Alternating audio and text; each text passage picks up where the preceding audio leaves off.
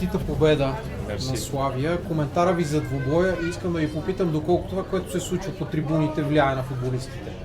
Гледайте сега, аз искам да благодарим на мои футболисти кои играју всички мачове, давају всичко од себе си, всеки един.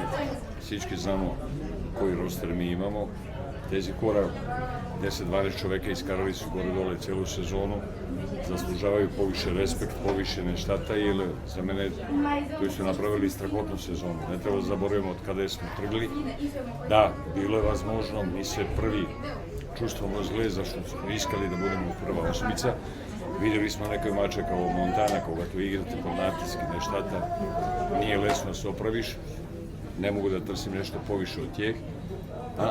За мене днеска мача влези сме многу добре, може би да е същата работа со септември, игри под натиск, сека една точка им е важна, отвори сме добро мача.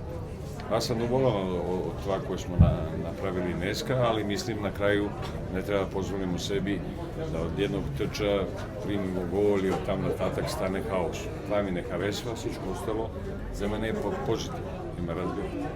Как ще коментирате ексцесиите, които се забелязаха в сектора на стадиона с феновете, които в рамките на 20 минути не спираха да пеят песни против клубния президент Венцислав Стефанов? Това е тяхно решение. Аз имам уважение за всеки един фан. Али извинявайте, кога идваш на стадиона, ти трябва да подкрепиш отбора.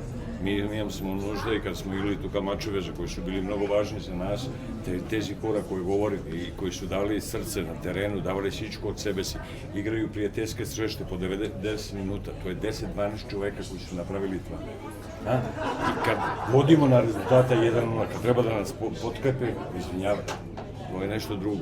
Аз винаги съм бил и винаги ще достане да подкрепим свой клуб, своje футболисти. Никога. Защо? Водимо 1-0 срещу Монтана, срещу Ботева Враца, ти влечете наши футболисти. Обиждам. Това е за мене престъпление. Това е край. Сега друго нещо. Аз имам уважение за всеки един фан. Да не си доволен това, кое пружимо, кое игре. Нормално. Това е нормална работа да не си доволен.